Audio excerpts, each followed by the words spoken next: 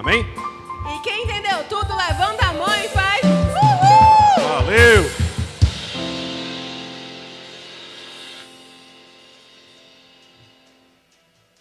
Vou ficar de pé em nome de Jesus. Aleluia. Cheira suas mãos. Pai das luzes, é diante da tua presença que nós nos posicionamos aqui para receber a porção que tu tens através da vida do teu filho. Usa-o para a honra e glória do teu santo nome. É o que eu te peço e te agradeço em o nome de Jesus. Vamos receber a palavra com palmas nessa noite. Graças a Deus, irmãos. Amém. Pode sentar, o pessoal está citando, pode ficar à vontade.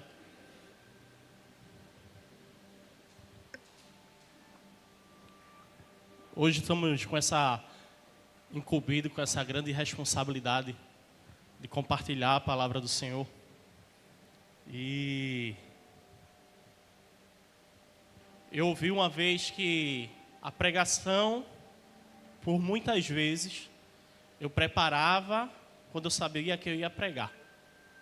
Por muitas vezes, quando eu sabia que eu ia pregar, eu começava a orar, pedia o direcionamento ao Senhor, de qual palavra, o que Deus iria ministrar ao meu coração para eu compartilhar com a igreja do Senhor. Uma certa vez eu ouvi que a pregação que a gente vai compartilhar não é uma pregação programada, mas é aquela pregação que Deus já está queimando em nosso coração. E nessa noite, realmente, vou compartilhar algo que Deus já vem alguns dias queimando ao meu coração. E, para ser mais exato, 48 horas foi, pastor. Cadê? Pastor Leandro, não é 48 horas que eu tive para a gente saber da notícia e chegar aqui, mas era algo que Deus já estava queimando e a gente só faz encaixar para trazer e conseguir compartilhar. E eu queria que os irmãos abrissem a Bíblia em Eclesiastes, capítulo 3, do versículo 1 ao versículo 8. Um texto bastante conhecido. Eclesiastes 3, versículo 1 ao 8. Amém? Quem não trouxe a Bíblia para poder acompanhar atrás. O pessoal já botou o tema. Tempo para tudo. Vamos ler a palavra do Senhor, versículo 1. Tudo tem um seu tempo determinado, e há tempo para todo o propósito debaixo dos céus, do céu. Há tempo de nascer e tempo de morrer, tempo de plantar e tempo de arrancar o que se plantou, tempo de matar e tempo de curar, tempo de derrubar e tempo de construir, tempo de chorar e tempo de rir, tempo de plantear e tempo de saltar de alegria, tempo de espalhar pedras e tempo de ajuntar pedras, tempo de abraçar, tempo de deixar de abraçar, tempo de procurar e tempo de perder, tempo de guardar e tempo de jogar fora, tempo de rasgar e tempo de costurar, tempo de ficar calado e tempo de falar, tempo de amar e tempo de odiar, tempo de guerra e tempo de paz. Uma rápida palavra de oração. Senhor, te agradecemos, Deus, por ter chegado aqui nessa noite, Pai. Pela tua graça, pelo teu amor.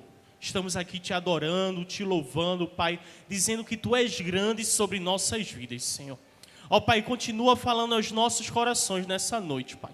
Ó Senhor, renova as tuas palavras, as tuas promessas, Pai.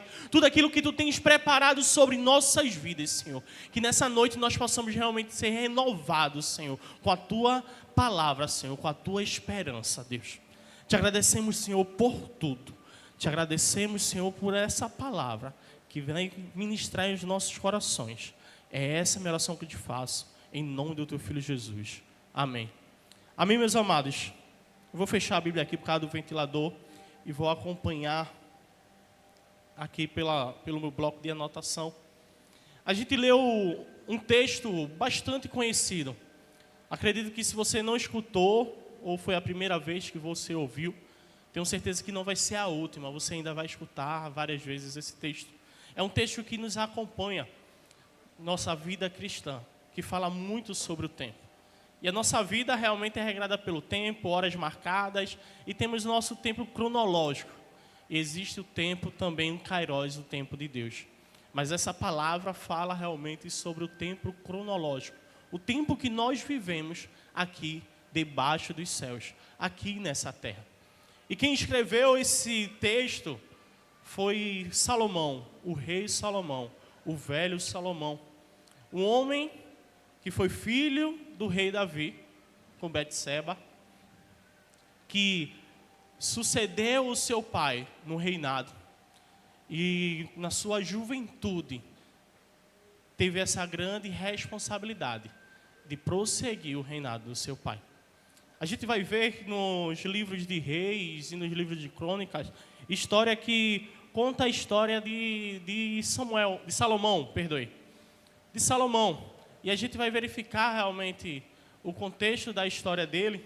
E vamos ver que quando ele assume o reinado, antes dele assumir, meus irmãos, já conspirava para o trono, já realmente desejava estar no trono, no lugar do seu pai. E a gente vai ver em 1 Crônicas, capítulo 22, do versículo 8, versículo 9, que diz assim: no momento quando o rei Davi estava se planejando para construir o templo do Senhor, a palavra do Senhor veio sobre Davi dizendo assim: porém a palavra do Senhor veio a mim dizendo: você derramou muito sangue e fez grande guerra. Você não edificará um templo ao meu nome, porque derramou muito sangue na terra, na minha presença. 9. Eis que lhe nascerá um filho, que será homem pacífico, porque lhe darei descanso de todos os inimigos ao redor. Portanto, o nome dele será Salomão, e nos seus dias darei paz e tranquilidade a Israel. Deus já tinha direcionado a Davi que o sucessor dos projetos que Deus tinha sobre aquele reinado continuaria sobre a vida de Salomão. Outros homens, outros filhos de Davi tentaram herdar o trono, tentaram conspirar contra o trono, mas a palavra do Senhor já estava determinada sobre a vida de Salomão. E Salomão, sim, jovem, herdou o trono do seu pai, Davi.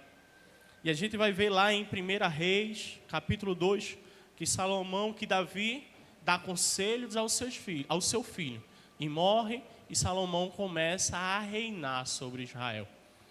O primeiro desafio de Salomão, quando começa a reinar, era eliminar os seus inimigos, era eliminar realmente aquilo que interferia nos propósitos sobre a sua vida. E é assim também sobre nossas vidas, meus amados. Muitas situações, Deus vai depositar responsabilidades sobre nossas vidas. Em muitas circunstâncias, Deus vai depositar responsabilidade. E devemos eliminar toda e qualquer situação que queira atrapalhar os propósitos de Deus sobre nossas vidas. Independente do que seja, devemos sim ter sabedoria e eliminar e exterminar tudo aquilo que queira atrapalhar os propósitos de Deus sobre nossas vidas. E assim Salomão fez, com instrução, com orientações, ele exterminou e eliminou todo o mal. E a gente vai ver que Salomão, ele não se destaca pelo homem guerreiro, pelo homem de guerra, assim como seu pai. Assim como os outros homens na Bíblia que se destacaram pelas guerras, mas sim pela promessa do Senhor, seria um homem pacífico. E assim a palavra de Deus se cumpriu sobre a vida de Salomão. Salomão, muito cedo, começou a reinar. E em um momento da sua vida, Deus se revela a Salomão em sonhos e realmente faz um pedido, concede a ele um pedido. E aí, muitos já conhecem esse contexto, que Salomão pede sabedoria, exatamente. Salomão pede sabedoria ao Senhor. E quando a gente escuta essa história, esse contexto, a gente começa, pelo menos eu muitas vezes já tive essa impressão, acredito que outros irmãos também teve, que parecia que foi algo tão simples, tão fácil, assim como tem lá o desenho de Aladim, que quando encontra a lâmpada, esfregou a lâmpada, sai o gênio mágico e concede 3 desejos, as pessoas pedem o desejo e plim, acontece o desejo que pediu. E às vezes a gente tem essa impressão que com Salomão foi dessa forma, que Deus simplesmente apareceu para Salomão e Salomão, peça, e Salomão pediu e eis que a sabedoria caiu. Mas se a gente for analisar biblicamente o texto, quando Deus tem esse momento com Salomão, a gente vai perceber que não foi tão simples assim, meus amados. Se a gente abrir em 1 Reis, capítulo 3, do capítulo 3 ao capítulo 5, é o momento que acontece essa revelação de Deus com Salomão. Versículo 3 diz assim: Salomão amava o Senhor, andava nos seus preceitos de Davi, do seu pai, porém oferecia sacrifícios e queimava incenso nos lugares altos. O rei foi até Gibeão para lá oferecer sacrifícios, porque era o lugar alto mais importante. Naquele altar, Salomão ofereceu 1000 holocaustos. A gente acredita, ou às vezes poderemos pensar que foi tão simples, mas não. Salomão, a gente vê nos primeiros versículos aqui, que Salomão andava em retidão à palavra do Senhor. Salomão realmente tinha uma vida reta na presença do Senhor. Salomão sacrificava. Enquanto uns sacrificavam só um sacrifício, Salomão estava sacrificando 1000 holocaustos ao Senhor. O sacrifício de Salomão era grande, porque ele sabia da sua grande responsabilidade. E a gente vê sim no versículo 5, que o Senhor apareceu a Salomão de noite, em sonhos, e Deus lhe disse: peço o que você quer, que eu lhe der. Uma vez eu escutei o pastor Acléo falando aqui. Às vezes a gente vê o pastor Leandro, a unção sobre a vida dele, a sabedoria sobre a vida dele, mas muitos não têm a capacidade de enfrentar as dificuldades que ele enfrenta. Muitos de nós, por besteira, já queremos deixar de lado aquilo que Deus está depositando sobre nossas mãos. Muitas situações, pequenas coisas, pequenas divergências, pequenas dificuldades, já queremos desistir da caminhada, já queremos abrir mão, já queremos entregar. Não é simplesmente pelo um cargo, não é simplesmente pelo um título, mas pelo aquilo que Deus tem depositado sobre as nossas mãos, sobre as nossas responsabilidades. E quando ela falou aquilo realmente entrou na minha mente. Eu disse: meu Deus do céu, quantas dificuldades ele passa. A gente pode olhar, pastor Cássio, foi pastor novo, mas não sabe quantas dificuldades ele passou já e enfrenta para realmente propagar o evangelho de Cristo. E muitas vezes, com pequenas dificuldades, nós queremos impedir o agir de Deus sobre nossas vidas. Queremos desistir.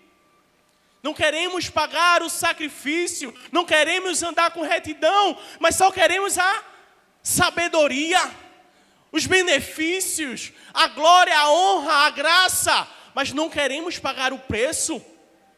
Sim, é necessário sacrificar. É necessário andar em retidão para receber as bênçãos do Senhor. E Salomão andava em retidão. Salomão tinha sua vida íntegra na presença do Senhor, antes que o Senhor se revelasse e depositasse sobre a vida dele sabedoria. Não foi pela sabedoria que ele andou na presença do Senhor. Não vai ser sobre as bênçãos que Deus vai depositar sobre a sua vida que você vai andar nos caminhos do Senhor. Não! É andando no caminho do Senhor que as bênçãos vão se aproximar sobre nossas vidas. Que a sabedoria do Senhor vai se aproximar sobre nossas vidas. Que nós possamos realmente, sim, estar disposto a sacrificar em prol das bênçãos de Deus sobre nossas vidas. E a gente vê no capítulo 3, versículo 9, que Salomão teve sabedoria: dá, pois, ao teu servo coração compreensível para governar o teu povo, para que eu, com prudência, saiba discernir entre o bem e o mal, saiba quem seria capaz de governar este teu grande povo. Salomão não estava só simplesmente pedindo ao Senhor, Senhor, me abençoa com sabedoria. Não, Salomão estava pedindo algo para que ele pudesse abençoar os outros. Salomão não estava pedindo uma bênção simplesmente para a vida dele, para o ego dele, para o título dele, pela função dele, não. Mas ele estava pedindo algo para que as pessoas que estivessem ao seu redor fossem abençoadas. Eu sempre gosto de dizer, as bênçãos não se resumem a nós, as bênçãos têm que transbordar sobre nossas vidas e abençoar as pessoas que estão ao nosso redor. E assim foi sobre a vida de Salomão. Ele foi abençoado e abençoou quem estava próximo. E o Senhor fala nos versículos posteriores, você poderia pedir riqueza, grandeza, exército de conquistas. Mas no versículo 12 o Senhor fala, eis que farei como você pediu. Eu lhe dou um coração sábio e inteligente, de maneira que antes de você nunca houve ninguém igual a você, nem haverá depois de você. E a gente realmente tem o conhecimento que Salomão foi o homem mais sábio que já existiu. E a gente vê nos versículos posteriores as suas ações. E creio que você já escutou a história das duas mães, que chega com uma criança para Salomão. Uma dizendo que era o filho, a outra dizendo que era o dela. E Salomão ali pede para que o soldado cortasse a criança no meio e dividisse. E uma das mães fala, não, dê a ela o filho. E nessa sabedoria que Salomão observa que aquela era a mãe verdadeira e manda entregar o bebê para aquela mãe. Acredito que muitos já escutaram essa história. E aí está realmente registrado na Bíblia, em 1 Reis, capítulo 3, a partir do versículo 16 em diante. E ele foi um grande homem sábio, mas a sua sabedoria gerou realmente bons frutos sobre o seu governo. Foi um grande rei, não só realmente na diplomacia, mas também nos seus exércitos, nos comércios, nos mares. Salomão agiu de forma com grande sabedoria que muitos outros reis queriam até ele, presenteava, só simplesmente para escutar os seus conselhos. O povo amava Salomão porque prosperava, a cidade estava próspera. Todos ganhavam dinheiro, as moedas, as pratas, era de forma comum, não tinha escassez sobre o governo de Salomão. Todos amavam aquele homem.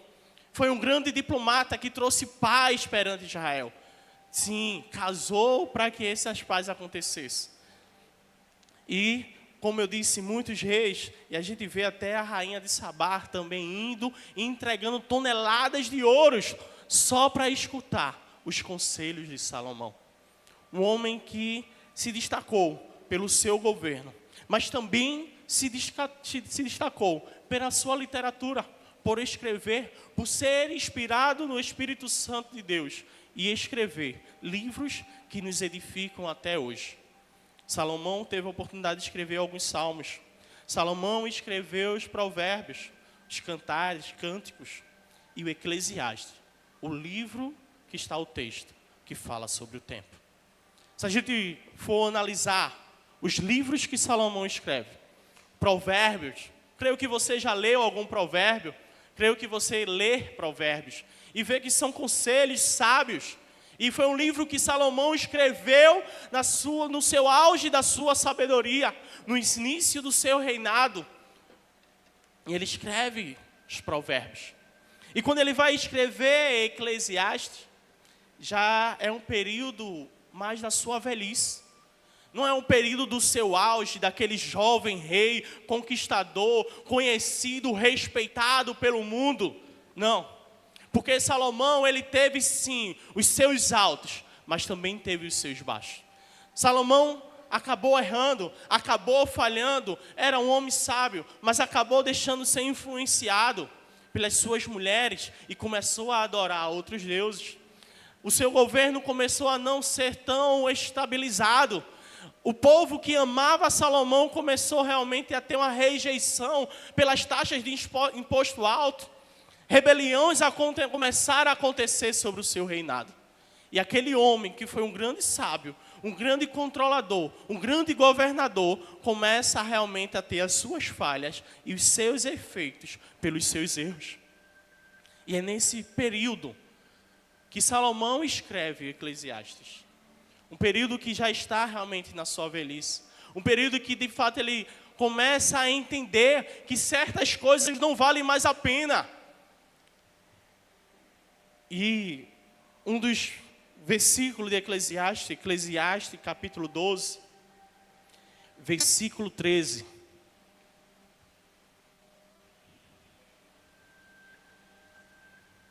Diz assim: de tudo o que se ouviu, a conclusão é esta: tema a Deus e guarde os seus mandamentos, porque isto é o dever de cada pessoa.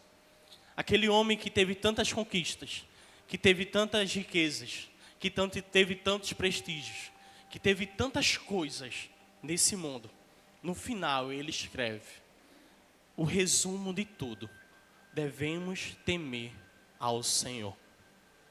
É o momento da sua velhice que ele começa a refletir de fato. Tem um versículo também que me veio à memória agora, eu não anotei, mas que ele fala, né? É melhor ir na casa onde há luto do que na casa onde há banquete, porque lá que refletimos o fim de todos os homens. Salomão já começa a não ter aqueles provérbios bem enaltecidos, mas começa a ter realmente versículos que realmente traz a nossa reflexão dos nossos fins, dos nossos tempos. E é nesse cenário de reflexão sobre a vida no contexto que a gente lê Eclesiastes 3, que ele realmente nos alerta que tudo em nossa vida tem um tempo.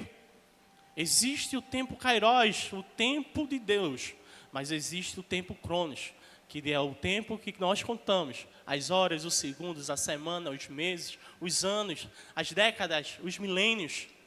E é sobre esse tempo que Salomão traz essa reflexão sobre nossas vidas, para que nós possamos de fato refletir sobre aquilo que nós vivemos nesse tempo. E a gente vai ver no versículo 1.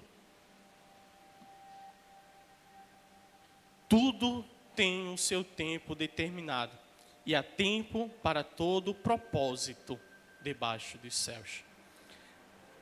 2. Há tempo de nascer e tempo de morrer, tempo de plantar e tempo de arrancar o que se plantou.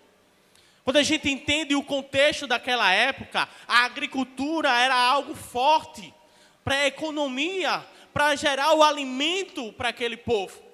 E aquele povo, ele começa a refletir que, tipo, sim, tem momentos que você vai arrancar, você vai plantar e você vai arrancar, mas vai ser necessário você plantar de novo e arrancar. E eu começo a refletir que nas nossas vidas nós não somos agricultores, mas somos trabalhadores. E a nossa vida começa a trabalhar, comprar comida, trabalhar para comprar comida. Principalmente a economia que nós estamos hoje, que tudo tem ficado caro. E tudo que o nosso dinheiro dá simplesmente se resume ao alimento. E muitas vezes nós estamos nessa corrida, existe um jargão no meio secular, que é a corrida do rato, que você trabalha para comer e depois tem que trabalhar, e você está ali e vive aquela vida ali, e não aproveita nada, não usufrui de nada, e só tem aquela vida, e não tem mais noção. E aí é onde entra as preocupações, os anseios, e que perde o propósito de viver. E temos sim que entender que a nossa vida, mesmo com as dificuldades, mesmo que é o tempo de trabalhar, o tempo de comprar comida, o tempo de trabalhar, mas mesmo nesse ciclo, temos sim um propósito aqui nessa terra. Porque Salomão fala, há tempo para todo propósito. Sobre nossas vidas, sim, existe propósito de Deus. E devemos começar a compreender que no nosso propósito há tempo para tudo. E a gente tem que começar a compreender que os propósitos que Deus depositou nas nossas vidas, o processo para viver, vai ter tempos ruins, sim. Tempos que realmente vai doer. E a gente vai ver que realmente grandes homens da Bíblia, assim como José, teve um propósito de alimentar nações, quando era governador do Egito. Mas teve o seu propósito, o tempo de escassez da vida dele. A gente vai ver Moisés, que também teve o propósito de libertar o povo. Mas já para entrar na terra prometida, o propósito estava sobre Josué. Davi teve o propósito de receber o direcionamento e juntar recursos para construir o templo. Mas o propósito de construir se tornou para Salomão. E a gente vai ver lá Paulo em 1 Coríntios 3:6 que diz: eu plantei, Apolo regou, mas o crescimento vem de Deus. Cada um de nós temos um propósito e vamos cumprir os nossos propósitos, mas temos que entender que o Deus do propósito tem que estar conosco. Porque realmente Paulo plantou, Apolo regou, mas o crescimento veio de Deus. Cada homem desse aqui teve um propósito indeterminado do povo de Israel, independente da situação do povo de Israel, mas quem teve a graça, o conhecimento e o crescimento e o cuidado vem de Deus. E nós sim, temos um propósito a cumprir nessa terra, temos um propósito realmente de agir, de fazer, mas com o entendimento certo, que é na graça e na força do Senhor sobre nossas vidas. E no versículo 3, Salomão continua: há tempo de matar e tempo de curar, tempo de derrubar e tempo de construir. Se a gente for ver e trazer uma reflexão do contexto civil, de construção civil, vai ser sim necessário muitas vezes derrubar uma casa velha para conseguir construir uma casa nova. Se você for pegar um pedreiro, não sei se Luiz está, a irmã Fernanda está ali, você pode perguntar a ela, ela vai confirmar isso. Para um pedreiro, é melhor construir do zero do que quebrar uma casa e reformar ela. Então, sim, é necessário derrubar o tempo de derrubar para ter o tempo da construção.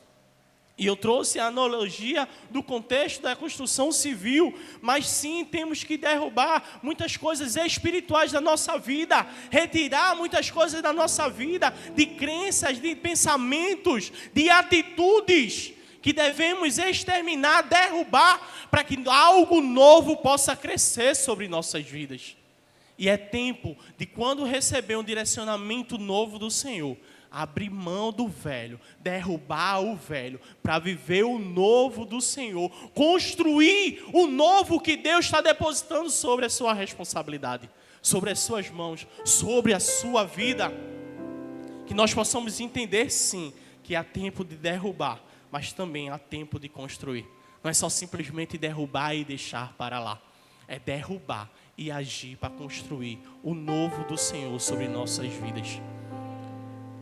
E chegando no verso 4, que eu acredito que é o verso que mais ministrou meu coração.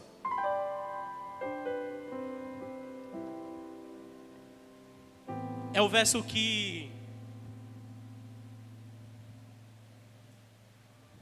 mais falou comigo esses dias. Tempo de chorar e tempo de rir. Tempo de prantear e tempo de saltar de alegria. A gente vai ver lá em João, capítulo 11, versículo 35, que diz assim: Jesus chorou, o nosso Senhor, o nosso Salvador, teve o tempo também de chorar. Vamos ver também lá em Lucas, capítulo 19, versículo 41. Quando Jesus ia chegando a Jerusalém, vendo a cidade, chorou por ela. O primeiro choro que lemos em João, Jesus chorou realmente pela situação de Lázaro, que tinha morrido. No segundo texto que nós lemos, Lucas, Jesus chorou porque viu, enxergou o futuro de Israel, a destruição que aconteceria pela cidade. Jesus chorou. E por que nós também não podemos chorar? Porque nós também não podemos viver o nosso tempo de choro. Viver o propósito do Senhor, sim, vai gerar choro.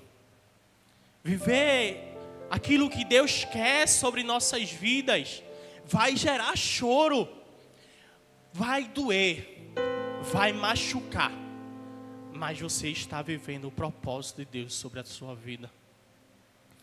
Tem um vídeo que tem compartilhado muito nas redes sociais, que é o pastor Renato Torres, que ele fala que seguir a Jesus não é um conto de fada, e Jesus não vai pegar você, vai pintar quadro com você, não vai botar você no cavalo, não vai andar, não vai ter potes de ouro, não vai ter isso. Quando Jesus fala para os seus discípulos que quer me seguir, pegue a sua cruz e siga-me. E realmente seguir os caminhos do Senhor vai ter sim muitos dias de choro. Não vai ser só felicidade, não vai ser só alegria. Vai ter sim os seus dias de tristeza. Não sei qual a forma que você chegou nessa noite. Possa ser que você chegou no seu melhor dia, está radiante de alegria. Mas possa ser que sim, você chegou aqui, só o coração sabe. Só o Senhor sabe as circunstâncias que você tem vivido. Só o Senhor sabe e conhece no seu íntimo os motivos dos teus choros. Mas graças a Deus é Ele que conhece, não sou eu. Porque se fosse eu, meu amado, infelizmente eu não conseguiria fazer nada. Mas se é Ele que sabe, Ele vai fazer. Ele vai agir. Porque sim, vamos ter os momentos de choro. Mas assim como o Salomão falou, mas vai ter o tempo de alegria também. Temos que saber, de fato, entender que viver o propósito vai gerar choro. Paulo alerta aos romanos, quando ele fala lá em Romanos capítulo 12, versículo 15, alegrais com os que se alegram e chorais com os que choram. Paulo estava dizendo sim, vai ter pessoas que vão chorar, e você, por ser irmão, por estar junto com ele, chore junto com ele. Uma vez o pastor Leandro contou um testemunho que Lucas, não me recordo bem, que estava chorando, ou tinha caído, e o irmão falou assim, não, meu filho não chore, não, ele chore. Eu disse, amém, glória a Deus. Pensei que era só eu que pensava dessa forma, que se é de fato no momento de chorar, devemos sim chorar. E Paulo alertou, e Paulo viveu esses momentos também de dor. A gente vai ver lá em 2 Coríntios capítulo 4, versículo 8 e 9, que diz assim, em tudo somos atribulados, porém não angustiados, ficamos perplexos, porém não desanimados, somos perseguidos, porém não abandonados, somos derrubados, porém não destruídos. Paulo teve sim o seu momento de dor. Paulo teve o seu momento de choro. Paulo foi um grande missionário do Senhor. Viveu o seu tempo de alegria, mas também viveu o seu tempo de choro. E eu comecei a refletir. Imagine, Paulo, um grande missionário, viajou entre diversos lugares, pregando o evangelho, indo, conhecendo pessoas, salvando, curando, batizando, trazendo o evangelho para toda criatura, em diversos continentes. Mas quando ele foi preso, foi quando ele começou a fazer as cartas. No momento de dor de Paulo, hoje somos abençoados. No momento da sua dor hoje, amanhã vidas serão abençoadas através da sua vida. Você já imaginou se Paulo não fosse preso, irmãos? Se Paulo não fosse preso, se ele viajasse todo canto, ele pregaria, vidas seriam salvas. Mas com a sua prisão houve propósitos. Cartas foram escritas para abençoar a minha e a sua vida hoje. O sofrimento passado de Paulo gerou salvação para nossas vidas. O teu sofrimento hoje gerará salvação para vidas futuras. Então sim, é momento de chorar, mas tenha certeza que esse tempo vai passar. E a glória do Senhor vai ser revelada sobre a sua vida, sobre os propósitos, sobre o que Deus está forjando sobre a tua vida. Sim, eu disse que esse versículo era o que mais estava me tocando. Por quê? Porque sim, eu estou no meu momento de choro. A minha casa está no momento de choro. Eu sei que isso aqui não é local, não é momento para trazer um desabafo.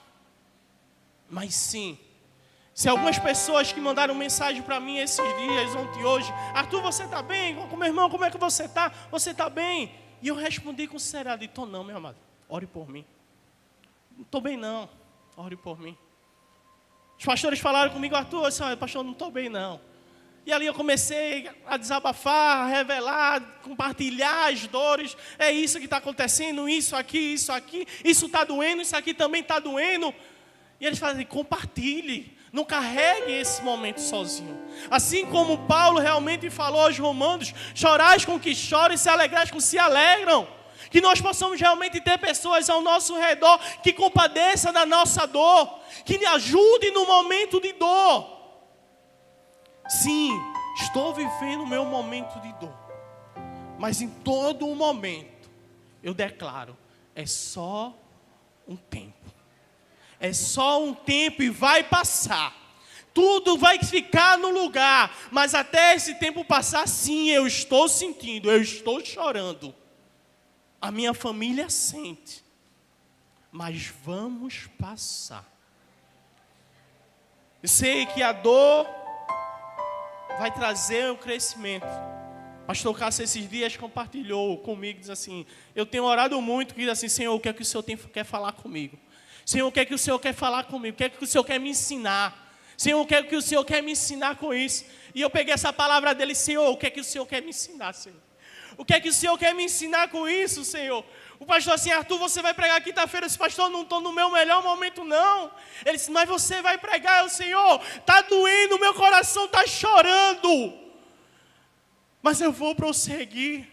O que é que o Senhor quer me ensinar com isso? Aí ele vai e mostra a história de Paulo. Vê Paulo, meu filho, no meio de uma prisão, escrevendo carta para muitos. Se ele não fosse preso, se ele não vivesse um momento de dor dele, vidas não seriam abençoadas. Então viva o seu momento de dor.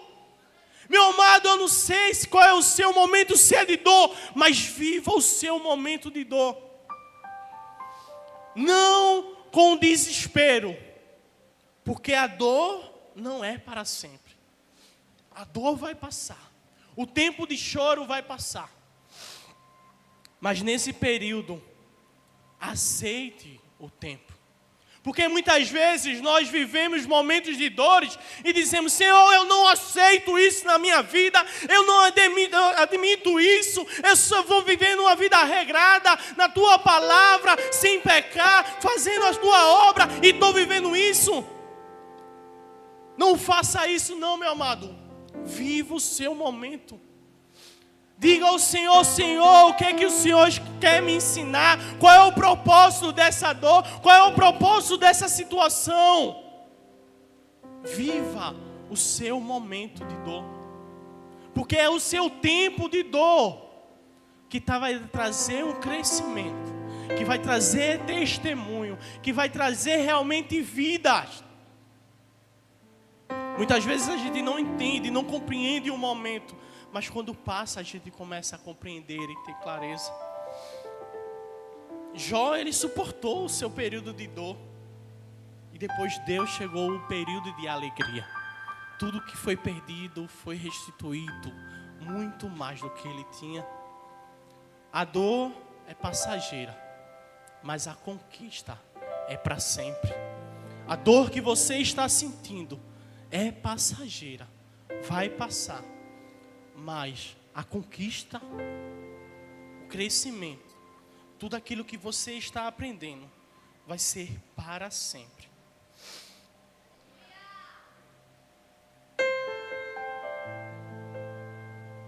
Desfrute desse tempo.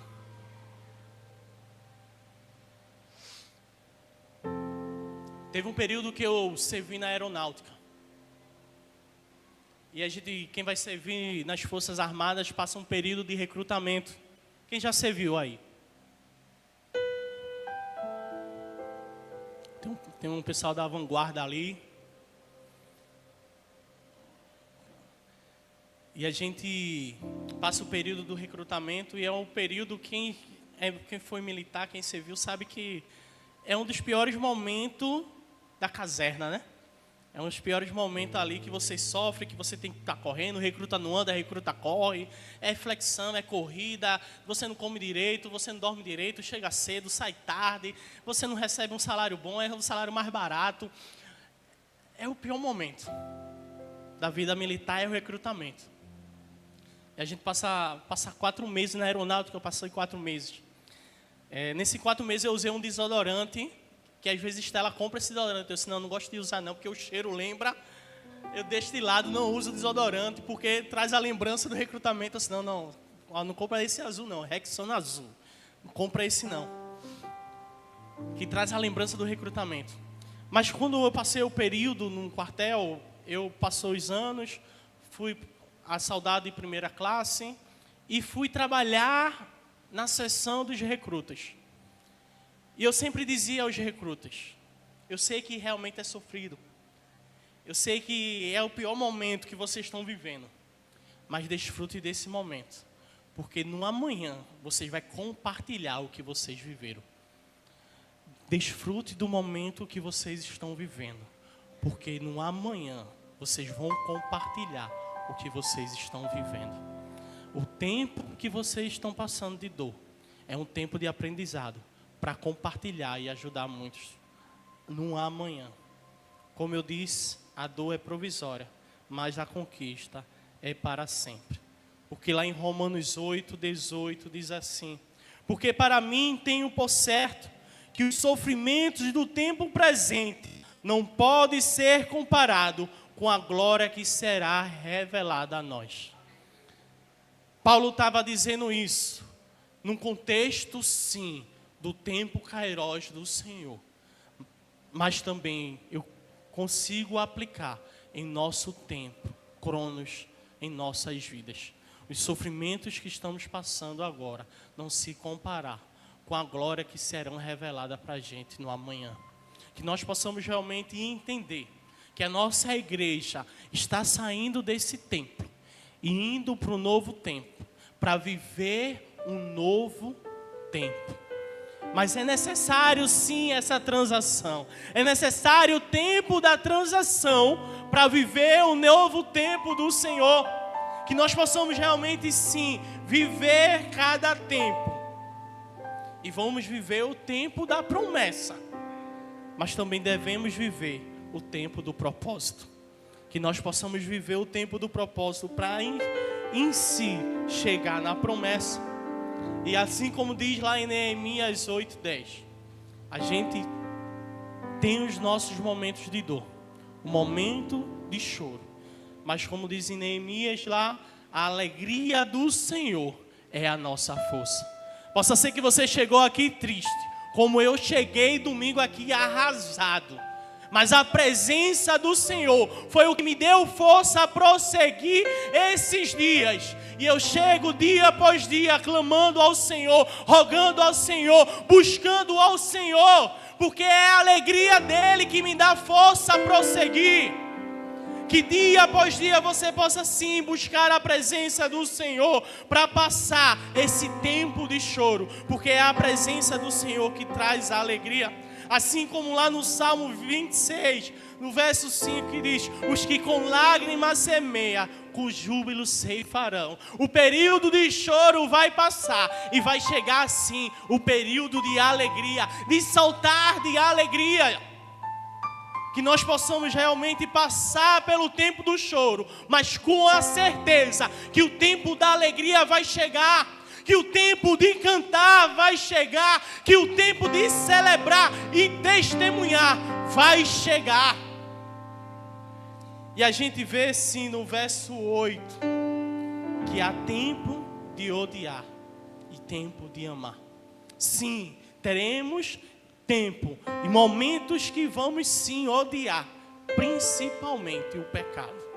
É o pecado que devemos odiar, assim como o nosso Senhor. Em Salmos capítulo 45, verso 7, diz assim: o Senhor Rei ama a justiça e odeia a iniquidade. Por isso Deus é o seu Deus. Unge com óleo de alegria, como a nenhum dos seus companheiros. O Deus que ama a justiça odeia a iniquidade. E é assim que também temos que entender que devemos sim odiar o pecado.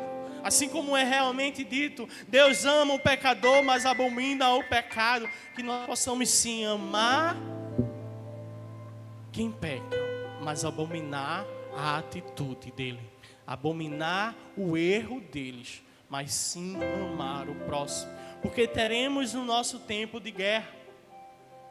Em Efésios capítulo 6, versículo 12, diz assim: porque a nossa luta não é contra o sangue e a carne, mas contra os principados e as potestades, contra os dominadores desse mundo tenebroso, contra as forças espirituais do mal, nas regiões celestiais. Eclesiastes 8 diz que há tempo de guerra e tempo de paz. E nós, como cristãos, sim, vamos ter o nosso tempo de guerra.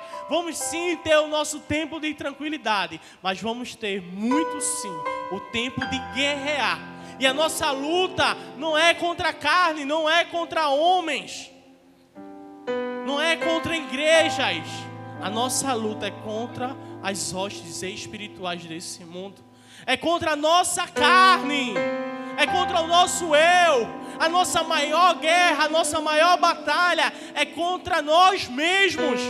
E que dia após dia temos que entender que vamos ter o nosso tempo de batalha, o nosso tempo de guerrear, o nosso tempo de manter firme, odiar o pecado e guerrear contra as hostes espirituais. Esses dias eu vi um vídeo de pastor Anderson falando sobre a morte do apóstolo Rina, da Bola de Neve. E ele mostrando a sua indignidade, a sua realmente reclusão como servos do Senhor, que dizem ser servos, que dizem servir a Jesus, celebrar a morte de uma pessoa que pregava o Evangelho. Poderia ter os seus erros, mas era um homem que pregava o Evangelho de Cristo. É um homem que levou o Evangelho para muitos serem salvos. Aonde muitos não queriam ir, ele foi e salvou, pelo nome de Jesus, vidas.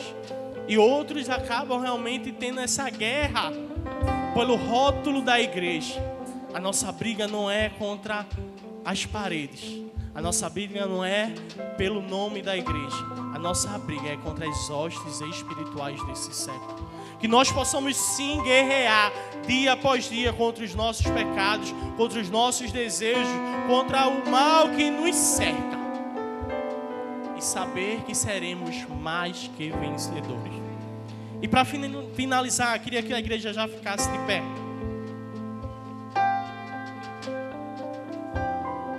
Salomão foi um grande homem sábio. Um homem com grande sabedoria, que escreveu Eclesiastes 3.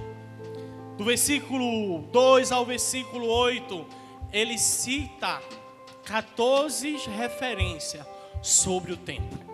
Sobre o tempo de amar, sobre o tempo de sorrir, sobre o tempo de juntar pedras.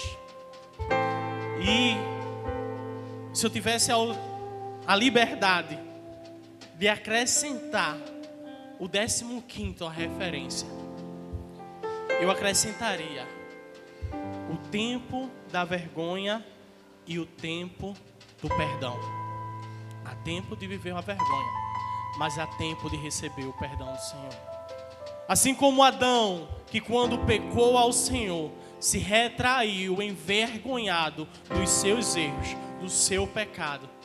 Muitas vezes, homens e mulheres do Senhor se resguardam pelos seus erros, pelo seu pecado, se paralisa, se entrega, já tem vergonha até de vir para a igreja, tem vergonha até de ver alguns outros irmãos, mas que, assim como aquela mulher samaritana, que por muito tempo teve vergonha de pegar a água e tinha que ir no horário não apropriado, para pela sua vergonha de não encontrar.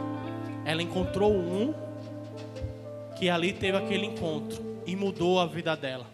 Aquela mulher que viveu um tempo de vergonha ao encontrar com Jesus, a receber o perdão do nosso Senhor e Salvador. A partir daquele dia, aquele tempo de vergonha ficou no passado e o tempo do perdão chegou sobre a vida dela. Aquela vergonha que ela não queria ver mais ninguém, ela agora começou a anunciar o evangelho a todas as criaturas que ela conseguia. Aquela vergonha que reprimia aquela mulher, ela agora recebeu o perdão e anunciou quem o perdoou. Que nessa noite nós possamos sim deixar o tempo da vergonha de lado e viver o tempo do perdão do Senhor e anunciar o nome dEle a toda criatura nessa terra. Agradeço a oportunidade, que Deus nos abençoe.